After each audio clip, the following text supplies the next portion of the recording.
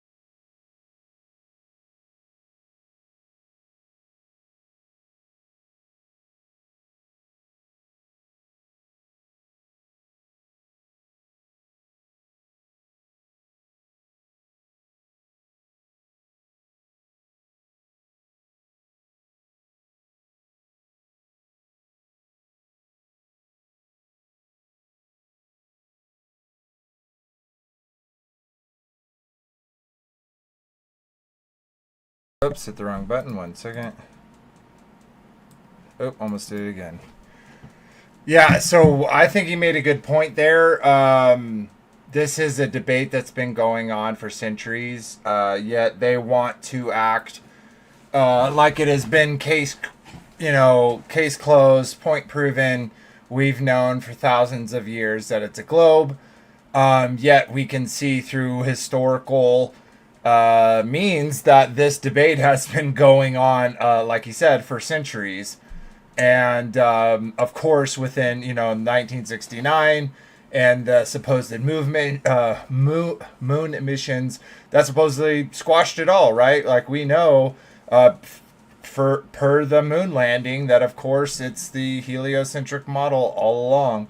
How dumb the Bible for thinking anything different. Oh wait, so silly.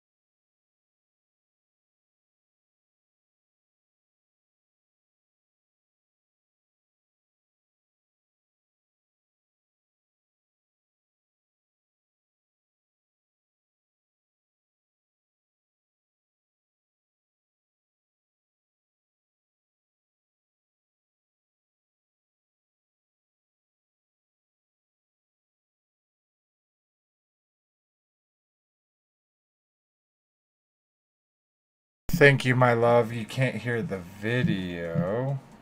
Why? Thank you, my love. Okay, I'm gonna push this back. Apologize, everyone.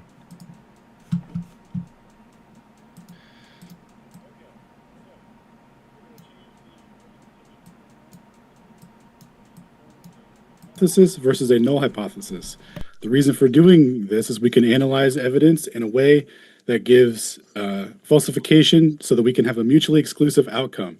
So the Earth is either flat or it's either a globe. Now, if we falsify our null hypothesis, then that gives evidence that the Earth is likely a globe.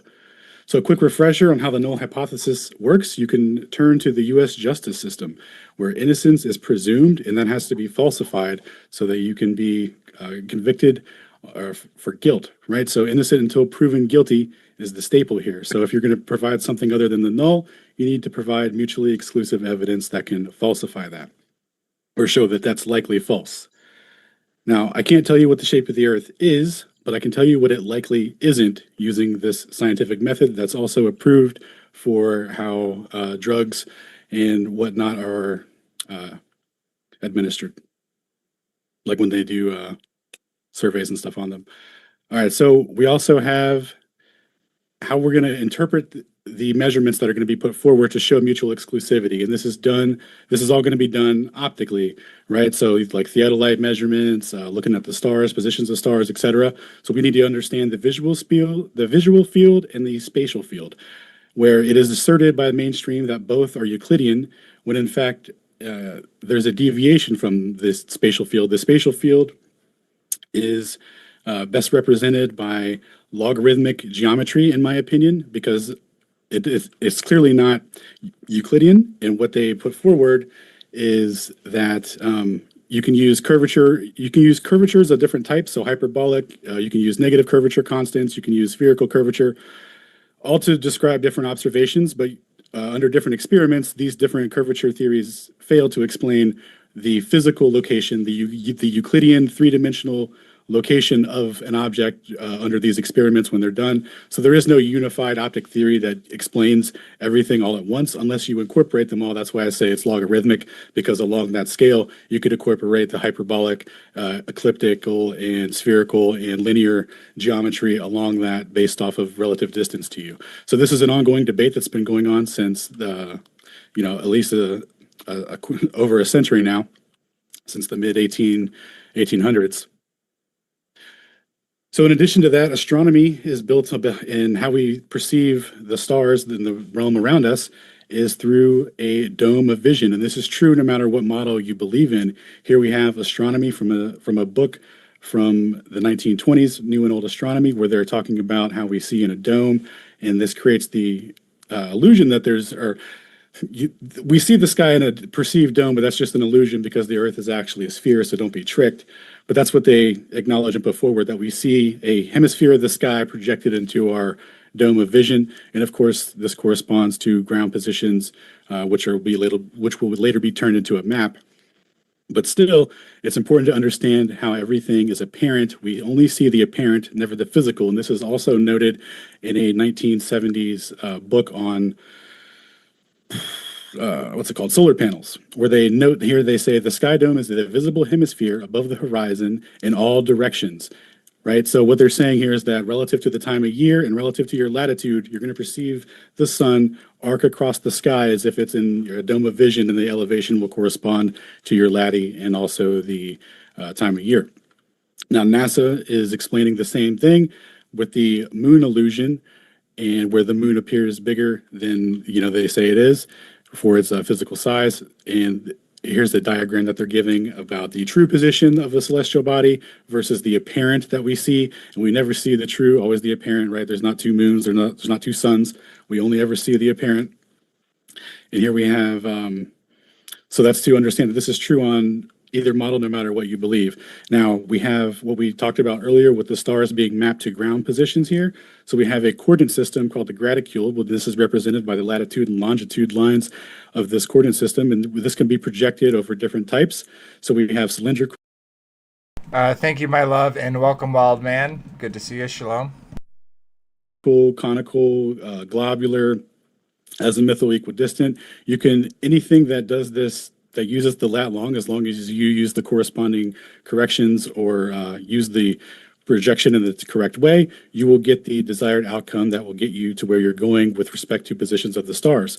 So if this is true on a flat Earth, where your azimuthal grid follows you around as you move relative to your latitude, you perceive the sky projected into a local dome, no matter where the physical objects are, if they exist at all, is true. Same for the globe here. We're looking at the exact same thing. These are equivalent. Neither one falsifies the other. They're all using the same latitude longitude systems, which is just indicative of a position of celestial bodies at a specific time. It does not assert any dynamics. So what's the proper way to analyze this? Are we going to look through a theodolite and simply say the Earth measures flat, the Earth measures globe? Well, no, that would be insane, because we're not using an external reference, and the only external reference that we have is already asserted by the graticule, so we need to falsify that. So we're going to say that the Earth measures flat or it measures globular with respect to the stars, right? Now, we're going to use empirical observation of the motion of the sky and the known positions of the stars and the units of measurement of distance that are derived from that graticule coordinate system with respect to those positions of the stars to test and do a falsification of our hypothesis and null hypothesis. So something that I think is interesting. So I'll be the first to say that I think it's kind of silly to use the stars to figure out what the Earth is. Now, what's interesting about what they do is they do it with the intent to show that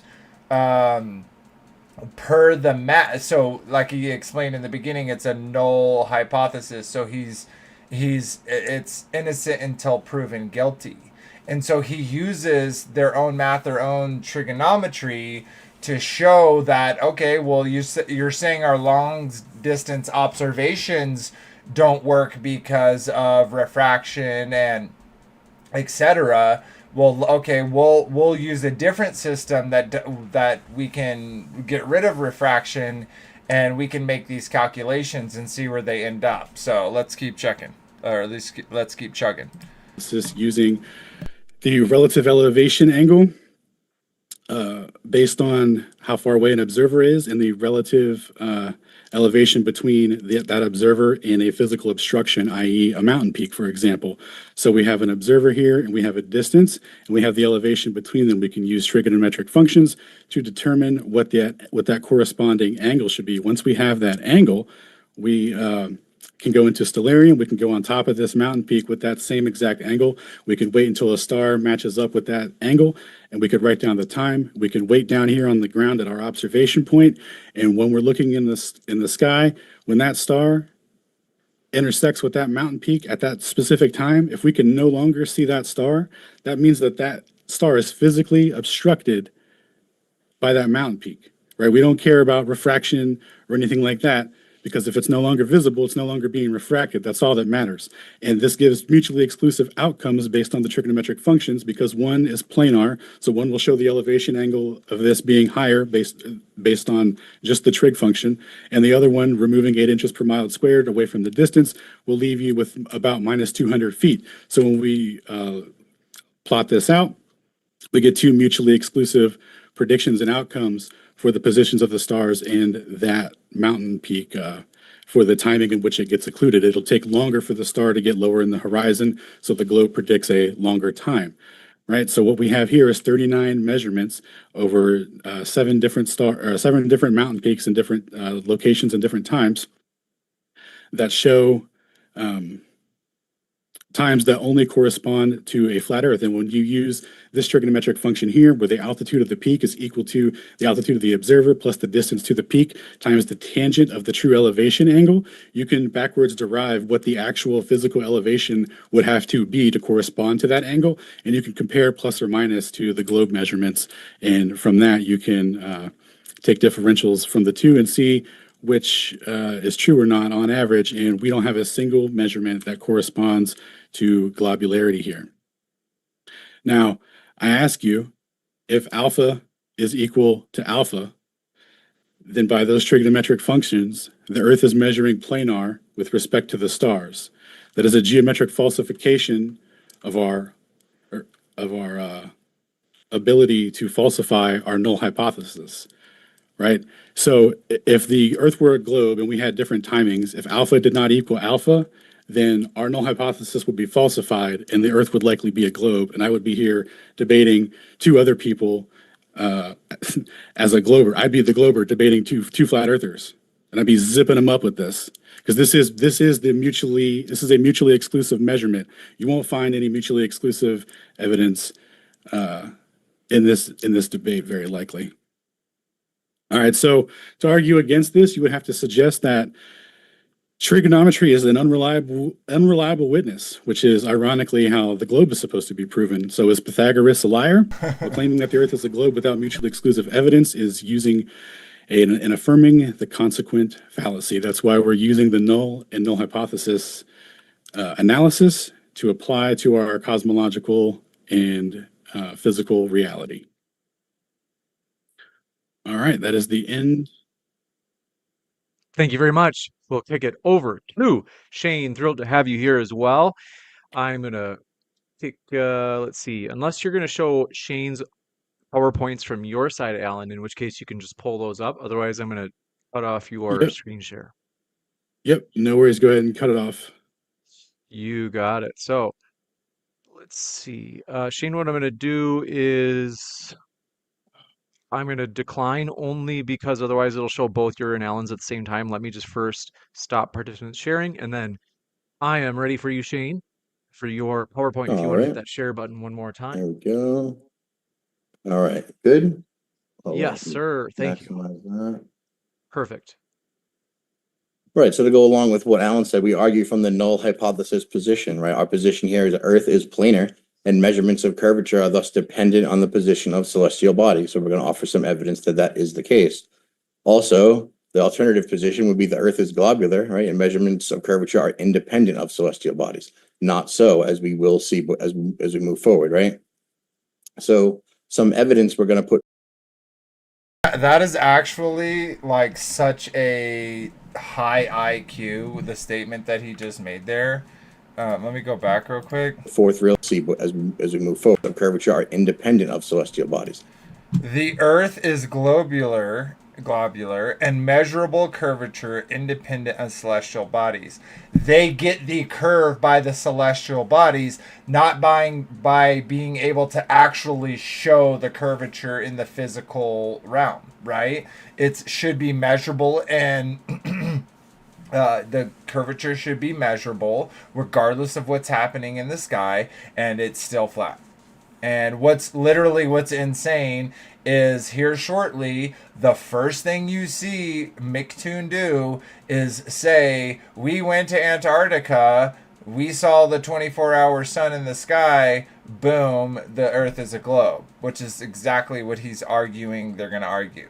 It's high IQ for sure. Not so, as we will see as we move forward, right? So some evidence we're going to put forth real quick is some laser measurements from FE Core done in 2018. Something you'll hear repeated often in these debates is that flat earthers never bring evidence, never bring measurements. As Alan just presented, we have celestial theodolite measurements and evidence, of which I believe, if you look at the summation, is about 39 different measurements from 7 different peaks. And over here, we're going to have different, I think 7 different measurements as well within 2 different places of extreme flatness, absence of curvature. Of course, if the Earth is a sphere, radius 3959, it has to bend with an observed rate, 8 inches per mile squared. Laser tests falsify this observation in plenty. Here's a very well-known published document of all their data, the instruments they used, the results they got, the corrections they made, the variables that they controlled for, including refraction, temperature, atmospheric opacity. They did everything they possibly could. They had a custom built laser, this thing right here, they call it the salad, and then they built it to make these precise measurements. And over again on each 7th measurement, for all 7 measurements, continue to falsify the curvature rate. So this would be evidence to support the measurements of flatness as we move forward, right?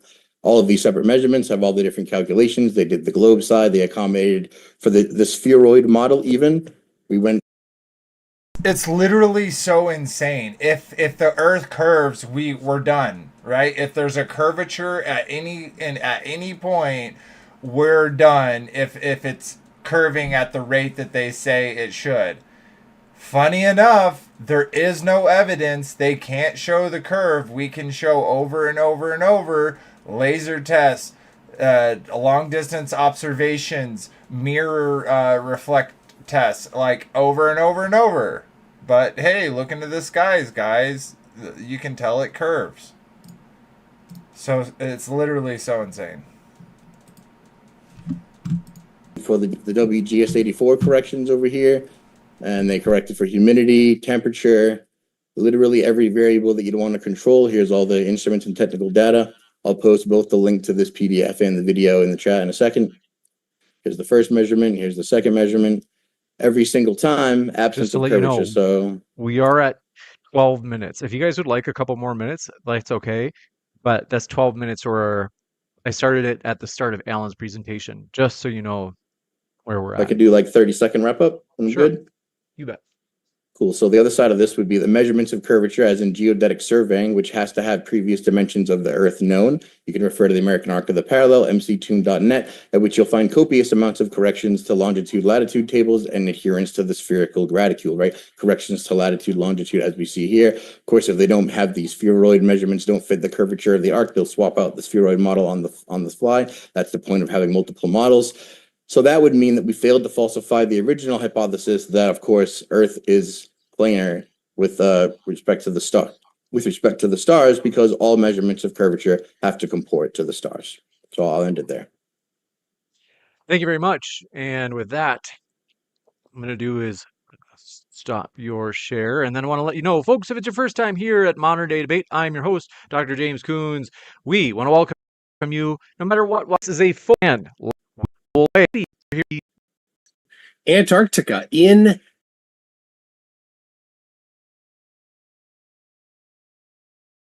Before we play that, let's see who we're dealing with here.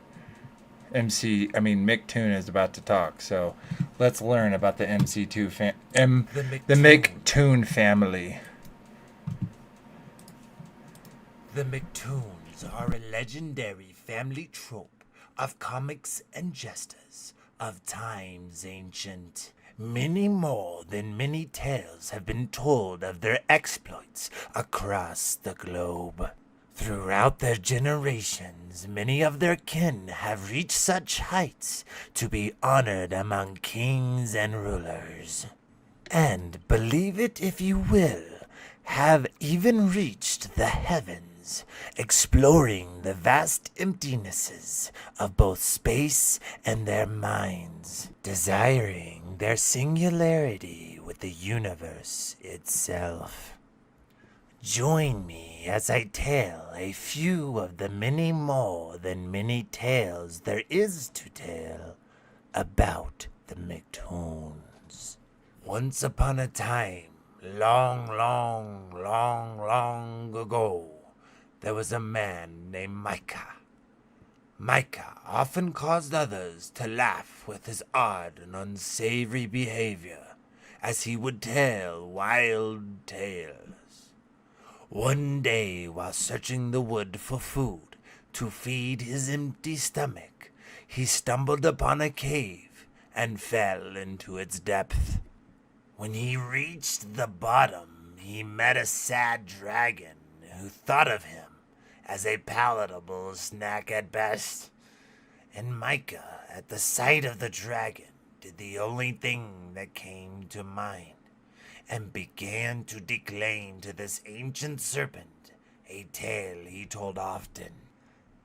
Listen to me, I know the truth of the world. The earth is not flat, but it's totally curled. A ball is what we sit upon, and the sky reaches forever beyond. Things fall down because of the bending of space and time, not because of the great creator's design. Give me some food or gold and I'll tell you more. Like how the earth has a liquid metal core. The dragon's deep-belly laughter filled the halls of the caves, such that all the nearby towns could hear its rumble. Appreciating the ease to its anguish, the dragon gave the men a map that would bring the McToons a vast fortune. A long time ago, in a place far away, one such McToon was able to bring peace to a war-ridden republic. Unable to align themselves together, destruction of all seemed imminent. However, with vast wealth at his back, this McToon called a meeting to include all the leaders of the collect. And as he had practiced many times within a mirror, this time standing in front of all those summoned, and this is what rang out of those very halls. Listen to me, I know how to get to the moon. Plus, with my brand new industry will boom. The team I constructed will perform perfectly. No difference between simulation and real will be seen. We will make so much money just with the merch, and that is only one of the many perks. Now give me your respect in gold, or all your dark secrets will be told. Not many heard their nervous laughter, but many would pay nonetheless. During these modern times, another McToon, a legend unto himself, has been made known. During this time, he has made thousands upon thousands upon thousands upon thousands of people laugh. Here is such a performance. A fake rap group that I was in. We were terrible. You still got the hammer pants? And I never had them. I had a size. I still do. A size 60 jeans that I bought at a hardware store to go golfing in, and I had to make. I used a metal hoop to make them stick out. Yeah. And I used I made straps over my shoulders out of phone cord. I think it's well translated today as either expanse or sky. When it comes to the shape of the earth, it doesn't matter. We can just go look at what the shape of the earth is and then determine that independently. And then we can see whether or not somebody's interpretation of the Bible matches reality. If there was a holy book that very specifically said something that contradicted reality, that holy book is wrong. I think that's definitely a stretch. You can't find a group of 3 people that are unanimous on definitions. But I would say that the people that had that opinion were wrong. It's empirically falsified, right? You can go test it yourself. So they're simply incorrect. But Hasidic Jews disagree with you on that. I believe that this is somebody just writing what they wrote, and that if you think that this is literally saying that the earth is flat, then you are literally claiming that the Bible is wrong. I don't care. I don't use this as evidence that the Bible says anything about the earth. All we need to do to figure out the shape of the earth is not look at the Bible. We just go look at the earth. Well, it may be that people heard. It may be something that was added to the story. Yes, my answer is don't understand how glare works. Okay, so glare. You keep putting the same thing on me as if your interpretation is the only valid one, Sean. It's not. Be honest with me, come to it in good faith, and acknowledge that I don't need to. I can just measure the shape of the earth. That's the laziest thing I've ever heard, Michael. I can go measure the shape of the earth. I've done it. Do it right now. Do it right now. Do it right now. Do it right now. Do it right now. Yeah, I'm well versed in the math. Sean, you can't do the math. I know you suck at math. Michael, I'm asking you as a Christian, how much of the Bible do you believe? You only believe the parts. Matter. Which parts about it do you believe? I disagree with the parts about that you think say that the earth is flat. And I'm concerned about people thinking that the Bible is wrong, and you are saying that the Bible is wrong. Sean. Michael, what's the definition of the radius value? Your interpretation of what's the Bible definition of the radius value? Reality. What's the definition of the globular radius value of the earth? What's the definition of it? Mm-hmm. It's the distance from the center to the perimeter. I don't agree with your definition. I don't agree with your interpretation of that. You see how stupid that is? Yeah. It is, because that's a science topic. Because the earth is factually a sphere. Because the earth is factually a sphere. Because the earth is factually a sphere. Because the earth is factually a sphere. And you are claiming the Bible says otherwise. Fine, let's accept your definition. I had so hoped that we could do better tonight. Your definitions. Yeah, but Sean. Yeah, but Sean. Yeah, but Sean. Yeah, but Sean, the earth is factually a sphere. It's been measured. And your math sucks. Why are you interrupting me with a lie, Sean? I'm going to make you a liar, Sean. I'm going to make you a liar, Sean. I'm going to make you a liar, Sean. I'm going to make you a liar, Sean. Sean, listen up. I have it.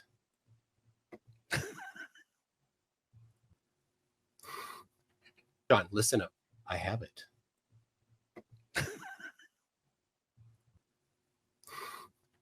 Definitely disappointing, Sean.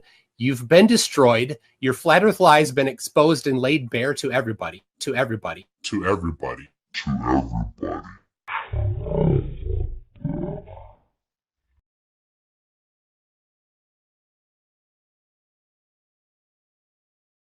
What a literal joke. Okay, let's hear what this comedian has to say. December, and that was quite a trip. Thank you to everybody that helped pay for it. So I'm going to also present some hypotheses. Now, this hypothesis and null hypothesis stuff is a rather rigid way. It's not necessary to do experiments. You can just simply falsify things, and it doesn't absolutely always require a null hypothesis. It doesn't necessarily follow that you can always even put together a null hypothesis. So anyway, we've got 4. Experiment number 1 that we did there was whether or not the sun circles 24 hours a day. The globe predicts that it will, and flat Earth has true predictions. They weren't very consistent about that. Flat earthers generally said that the sun would set, but if you actually apply the geometry, that the sun would actually be due north at local solar noon, and then move sideways, and then at local solar midnight, it would also be due north.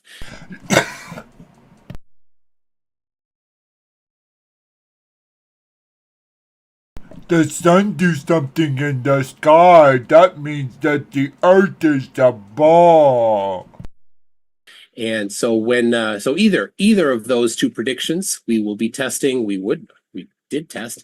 And what did we see? Well, in fact, this is what we saw. We saw the sun do circles 24 hours a day. There is no prediction for flat Earth that we would see the sun due south. I'll pause it when it's due south. I gotta play it again. I'll show you it. Right there, play again. So right over there, that is due south. In fact, you can see on the bottom of the screen there, I've got some snow boulders that I put together. We used the globe model to predict the angle of the shadows and of the sundial, and the length of the sundial based on previously computed based on the radius of the globe and the position of the sun in relation to the globe, and they completely matched. It was absolutely another confirmation of the globe. But this is simply about whether or not the sun is seen due south, and this was seen due south. So if the Earth is a disk, as both Alan and Shane presented in their presentation, then the sun would have to be 180 degrees opposite, absolute opposite direction. The margin of error of this is all of it, all of the error. All right. So globe prediction confirmed and flat Earth prediction falsified. Experiment number 6, we saw star trails when we were there. So the flat Earth predicts something very specific, and the globe predicts something specific. The globe predicts that there will be a single center of rotation seen due south, and the flat Earth prediction is that there will be horizontally moving stars when you look due south.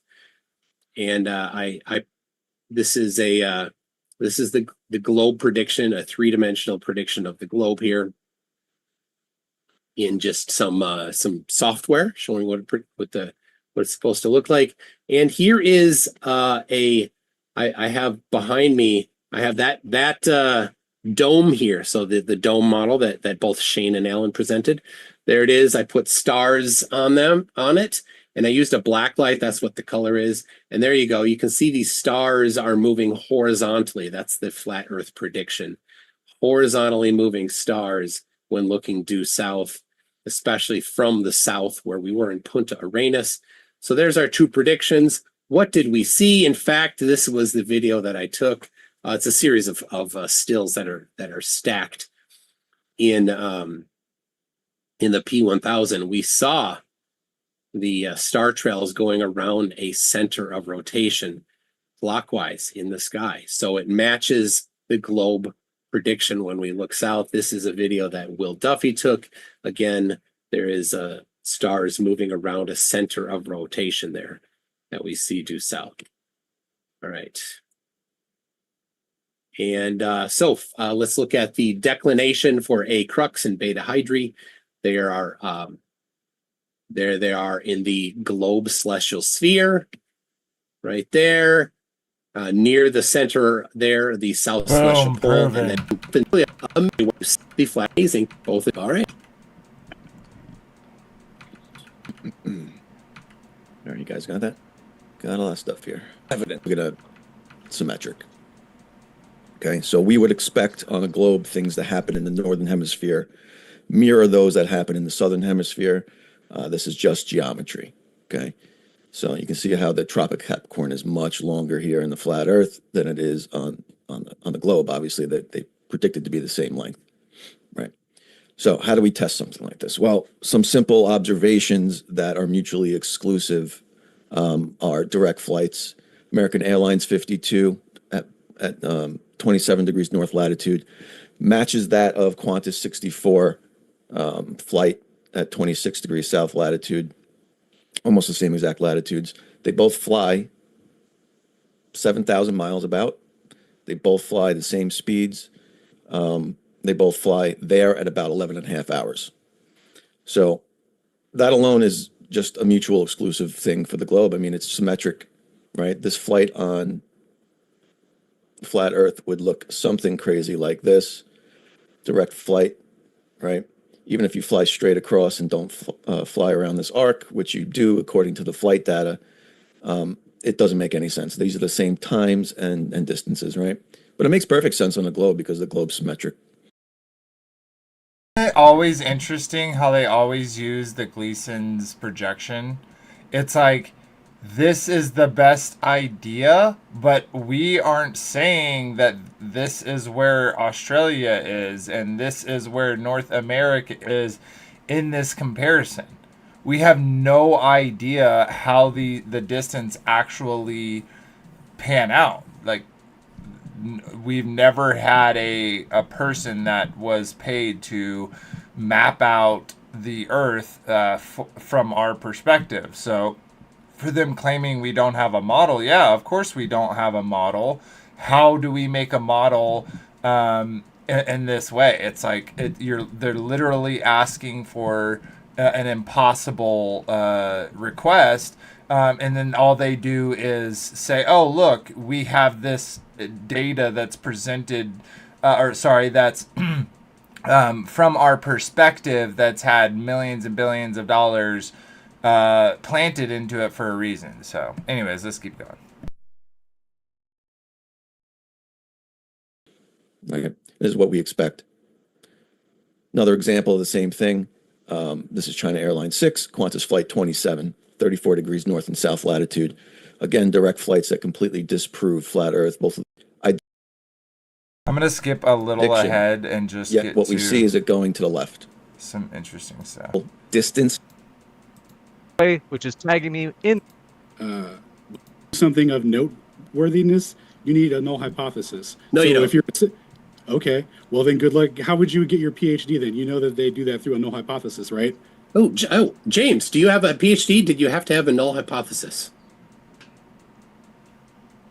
Instead of dragging me into the debate, I do want to just redirect us. So, gentlemen, are there any points from the openings that you would like to discuss that you've been burning, just with a burning desire deep in your loins, that have not been covered yet? Let's address the laser measurements from FE Core in 2018. The only way that would be not mutually exclusive, right, is if you argue refraction at any distance. Now, that was a measurement over 7.5 miles, but there isn't an actual distance that you could tell me that where we can make an observation past that where you wouldn't claim refraction if it's made. So that also would be an... That's literally what they do. They just keep moving the goalposts. They're like, you can't see past 5 miles. Here, look, we saw 7 miles. Yeah, of course you could see 7 miles because of refraction. But no matter what you do, you could never see past 10 miles. Look here, we looked at 12 miles. That's impossible. Obviously, it's due to refraction and atmospheric. It's like, well, you said we couldn't see past. It's like, that's all they do is move the goalpost more and more and more. And so when we have actual evidence that disproves their claims, they just skip over it. And I bet you McToon and McGlobe will do the same thing here. They won't talk about the distance.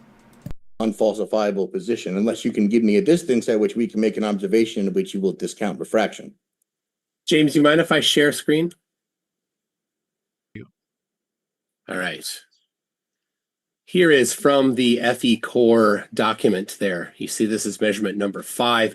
They measured the temperature at water level and at 2 meters above the surface of the water. You can see here 11.4 degrees Celsius at water level and 13.3 degrees Celsius at 2 meters above the water level. That's almost 2 degrees Celsius difference. Now, this is called the lapse rate, is the amount of temperature change in a vertical linear distance.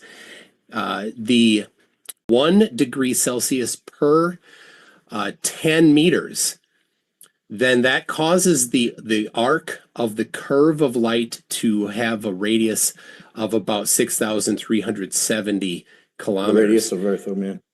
And this was an even steeper gradient, a significantly steeper gradient. So this is documentation showing that the radius of the arc of light is going to be significantly less than the radius of the surface of the Earth has been measured. So now when they did it, they didn't actually compute the effects of refraction correctly. They did it horizontally instead of vertically. I don't know why. It was pretty embarrassing for them. But anyway, this is right here confirmation of the globe right here, because this is showing how incredibly strong they needed the refraction to be in order to see it at that distance. So for those that didn't catch it, he glossed over it. He said, "See, the temperature of the water is lower than it is 2 meters above it. This reflection causes the laser beam to bend around at the Earth." Well, what rate does it bend?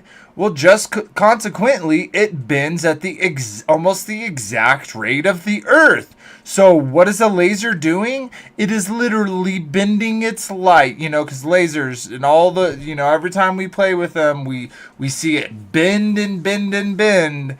It's like that's what they literally say. No, there is no measurement. Not now. The goalpost is literally there is no distance that you could see where your vision would be obstructed because the light would bend around because of refraction, the humidity and the temperature. The light will bend around the curve.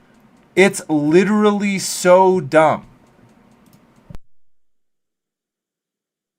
So when can refraction cannot account for curvature, right? So we're looking for falsifiability.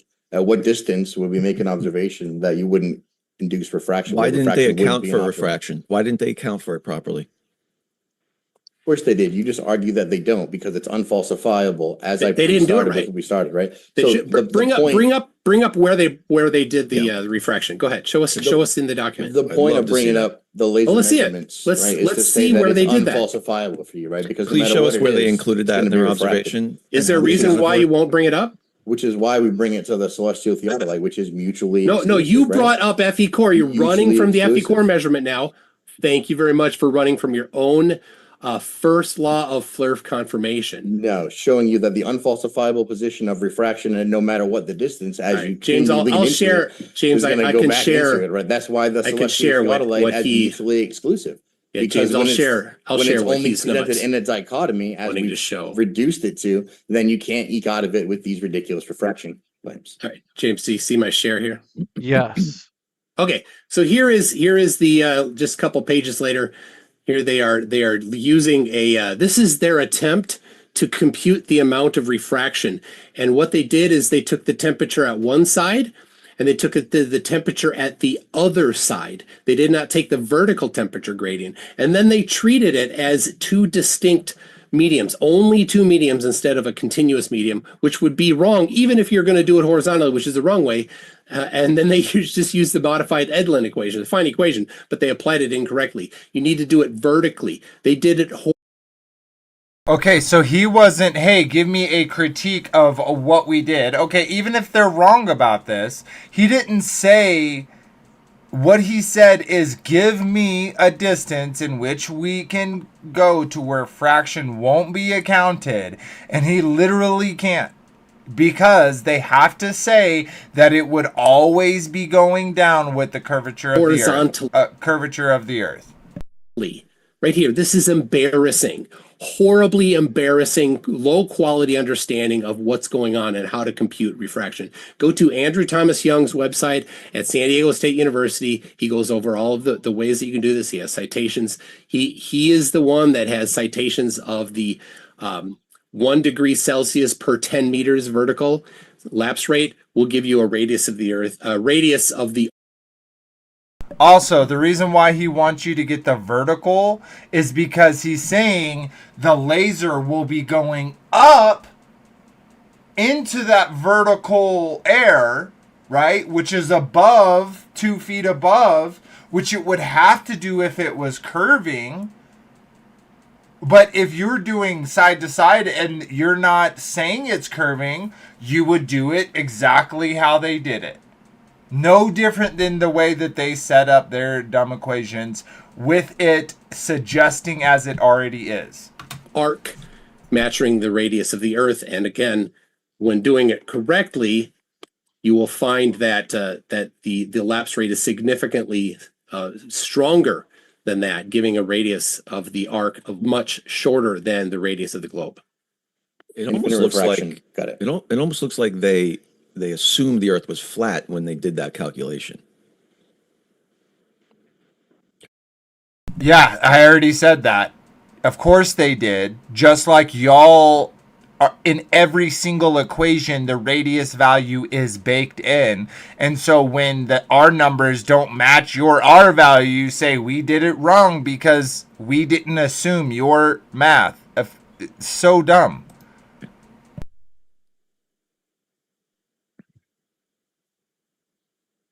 Everybody on the same page?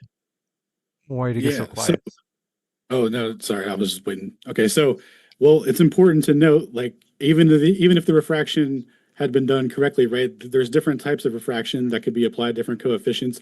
What Shane pointed out earlier in the arc of the parallel that gives agreement to the coordinate system is riddled with different refraction coefficients that are applied in different lateral refraction assumptions that are made. So when you get into, I don't want to I don't interrupt, but this is your test, right? Yeah, just one second. Okay. As I'm continuing, right? I don't want to interrupt. Let me interrupt. Shane will pull him up in the background saying, like, let's see him. They're there. He's got him. So I'm going to continue on now. But anyway, this is why it's important to have something that can differentiate between these measurements, right? Because you're asserting that there's a refraction that was erroneously calculated. We're asserting that the measurement was good, and that there could be. Let's give refraction the benefit of the doubt there. What can we do to satisfy the conditions of our null hypothesis that are independent of refraction?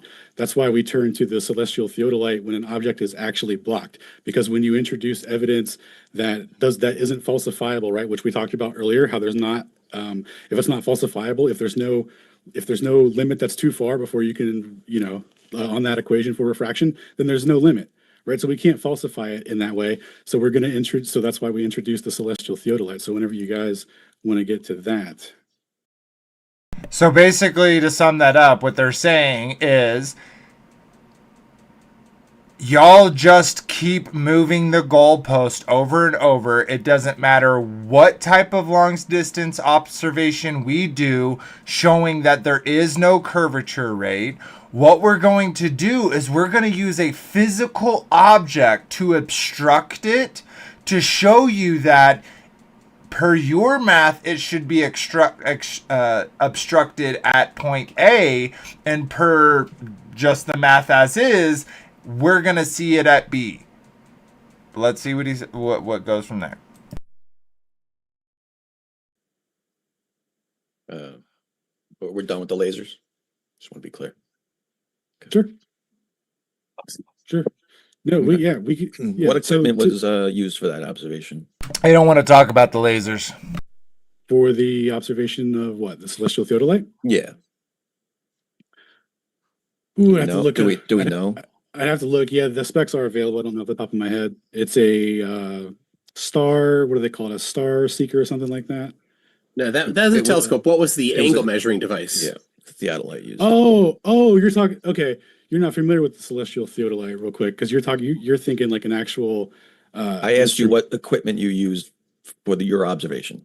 Your theodolite. I got you. David I got White you. 8300, I think. No, that's for the measurement with not doing the celestial theodolite. Yes, it is. No, that's a measurement with a theodolite. It's on your own video from. Buddy. The measurement is done for comparison, right? Listen, I mean, you don't have to call me buddy. I mean. Oh, sorry. You're right. This is your video right here, right, Shane?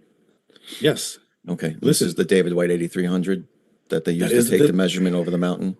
Can you stop interrupting, please? That is a David White 8300. That is not the celestial theodolite that we're talking about.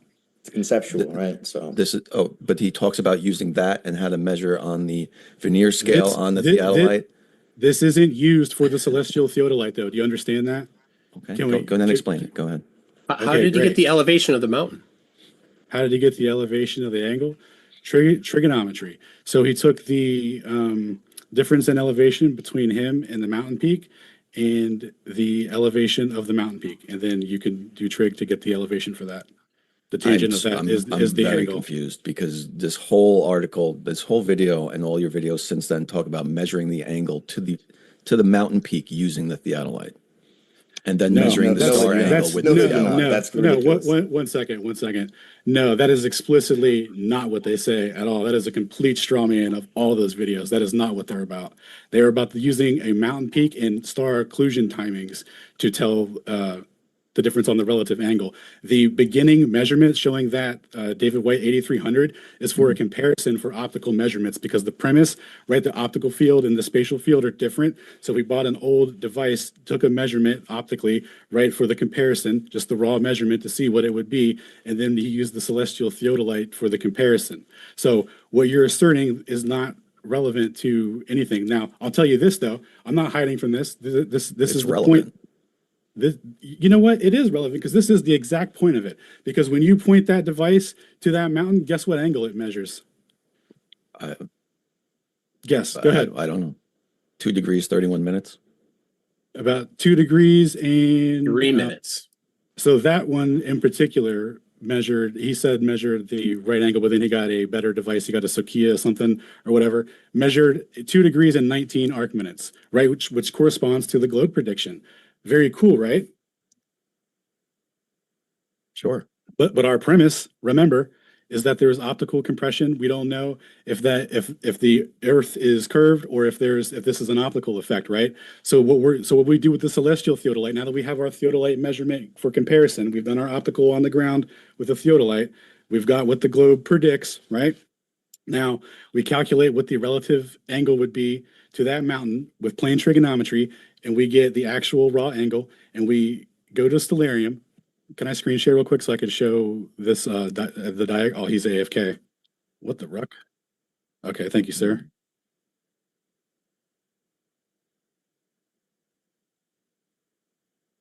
All right. Share.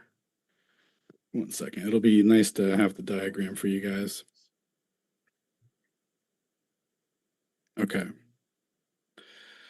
All right. So once we have our relative angle, the calculated angle, right? Differing from the ion. Okay.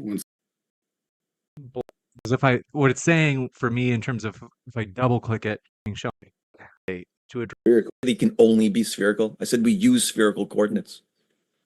Okay. All right. Sorry about that. My bad. Now in 10 years, Melvin. Oh, I'm so far behind. James is ahead of me on this. Okay. Go ahead. Ready. All right. So once we have our calculated angle relative to our distance, calculated, right, we can go.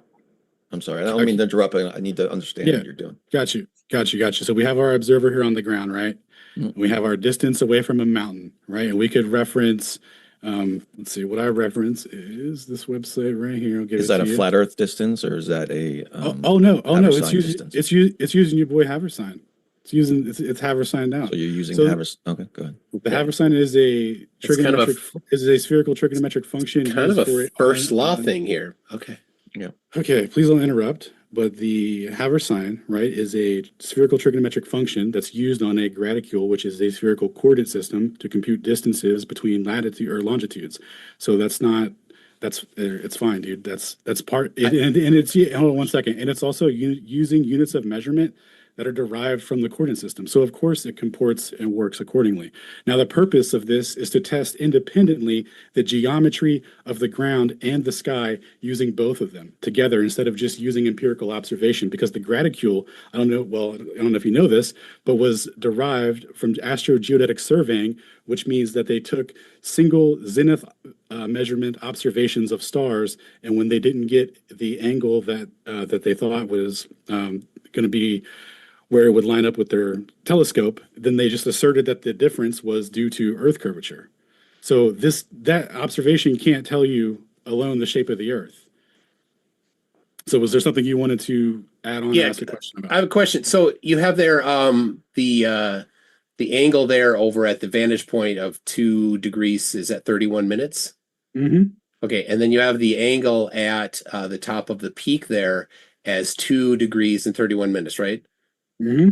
Okay, now, but they're 50 some kilometers away. So where did the numbers come from for those 2 minutes, 31 2 degrees 31 Exactly. minutes. Exactly. From the theodolite So no, that he told me he didn't use before. the theodolite doesn't give an angle of 231. It gives an angle of 219. If you actually watch the presentation, Okay. as you where asserted, hold on one second. Where did the 231 hold on come one from? second.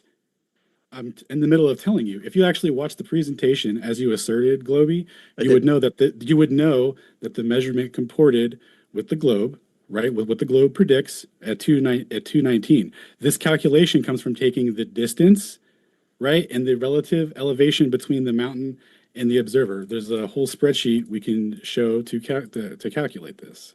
Well, Right? the words off your doing presentation say that means the elevation of the visitor center should be 2 degrees and 31 feet above my level if the Earth is flat. Right? Is that what you're talking about? Well, first of all, that was Mike Heffron's PDF that That's he what I'm wrote, talking about. right? And it should be. Okay. Right? We're talking about this part of the measurements now, right? Whatever you're talking about, just focus on this because this is super important here, right? So for the measurement for Pikes Peak, where they say, where we have this 31 arc minutes, right? This comes from the distance, right? Which comes from the trigonometric functions from your boy, the Haversine, right? Which comes from the graticule, which gives us the units of measurement to even do this with, right? Now, that gives us an angle though, regardless. So we have this angle now. So now that we have our angle, do you agree that we can use trigonometry that we can get the tangent of this by knowing the elevation angle or by knowing the elevation difference and the distance? If we have those, we can get an angle, right? Any disagreements with Pythagoras? I'm still curious. I'm still curious on I need some clarification. At the vantage point 2, you have also 2 degrees 31 minutes. Where did that number come from? Yes. So what that number comes from is the intersection timing of when the observer on the ground no longer sees that star. In order for those two times to match up, then this geometric relationship alpha has to equal alpha, which isn't on this slide. There's their thetas, but the relationship here has to be the same here. Otherwise, the star would occlude at a different time. But you are indexing against level at vantage point 2 and not vantage point 1, so it will be on the globe, it'll be a different value. No, we're specifically referencing if there's curvature between the distance between this mountain and this observer. Because if there is curvature, then this mountain peak will be physically lower than the raw calculated 231 angle. Because if you subtract 8 inches per mile squared, you get 214 for what the globe predicts. So 214 corresponds to a different time and when this star would disappear. So you see how this doesn't have the same geometric relationship here with respect to the locations there. That's if the Earth were a globe, this is what would happen. So because this doesn't happen and these line up, that's why I asked at the beginning if alpha equals alpha, then the Earth measures flat with respect to the stars. Well, yeah. So did somebody go to vantage point 2 and measure the angle to the star? Oh, somebody going to the vantage point measuring this. On the other slide. On the other slide. No, yeah, I'll show you. Yeah. Doing that isn't necessary because all we need to know is if the star is at this angle in time at this location, right, which is what is predicted, right, and this is what is referenced.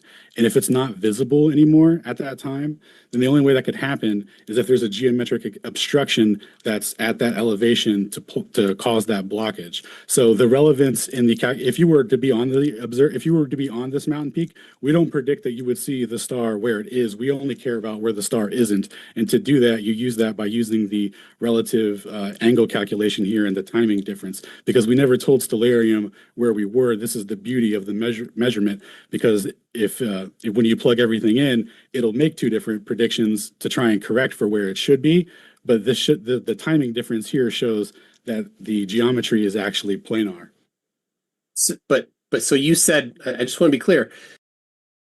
All right, so just to kind of sum that up a little bit, is basically what he's saying like they keep wanting to focus over here. How do you know this angle? How do you know if you're going to be here? No, that's not the point. The point is if this is a curve, then this tip of the mountain should actually be down here. Thus, you would be able to see the star and it wouldn't be occluded.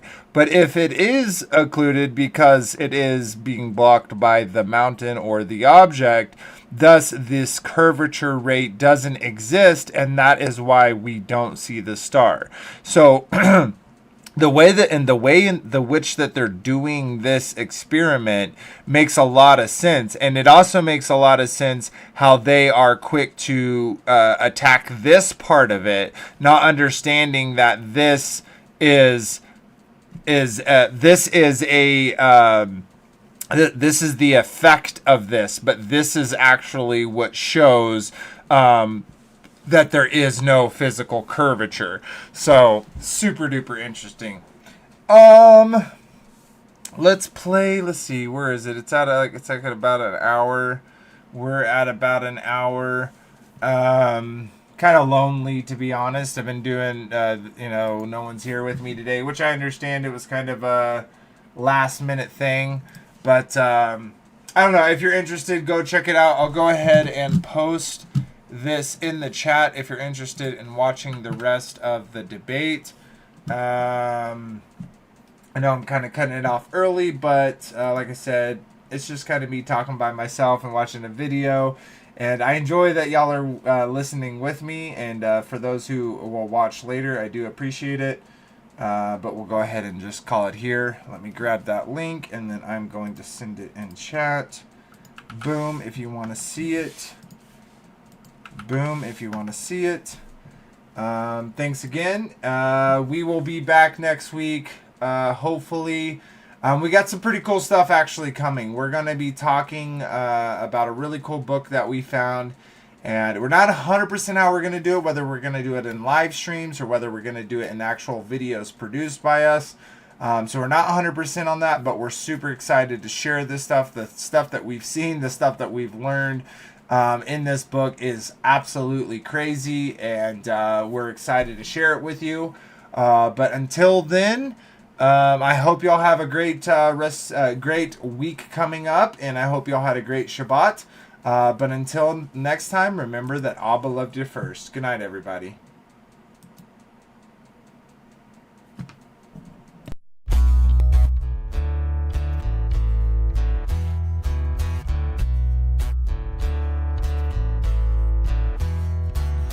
It's your glory,